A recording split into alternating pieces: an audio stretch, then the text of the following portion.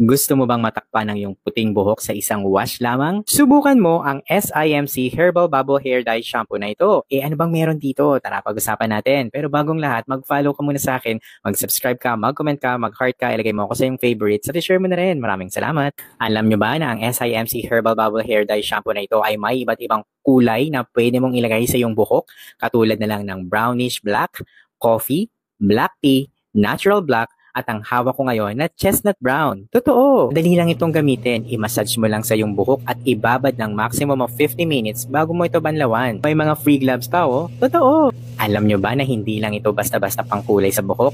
Nagbibigay din ito ng long-lasting color fixation na hindi madaling kumupas. At para naman sa magandang resulta, maaari ka namang magdagdag ng hair cream katulad nito kapag nag-check out ka pagkatapos mong kulayan upang mapabuti ang roughness at moisturizing ng iyong buhok.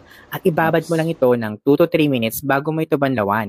Totoo! Kaya naman dahil sa pangkulay na ito, makakamit mo na ang makintab at magandang kulay ng iyong buhok na hindi ka nahihirapan. Paano ka ba naman bibili nito? Huwag kang mag-alala dahil nilagay ko to sa aking yellow basket. Basta mag-follow ka muna sa akin, mag-subscribe ka, mag-comment ka, ilagay mo ako sa iyong favorites at i-share mo na rin. O ikaw, pag checkout mo, anong kulay ang gusto mong subukan? I-comment mo nga. Kaya naman huwag mo nang palampasin ang pagkakataong ito. Subukan mo na ang SIMC Herbal Bubble Hair Dye Shampoo na ito. Check out now!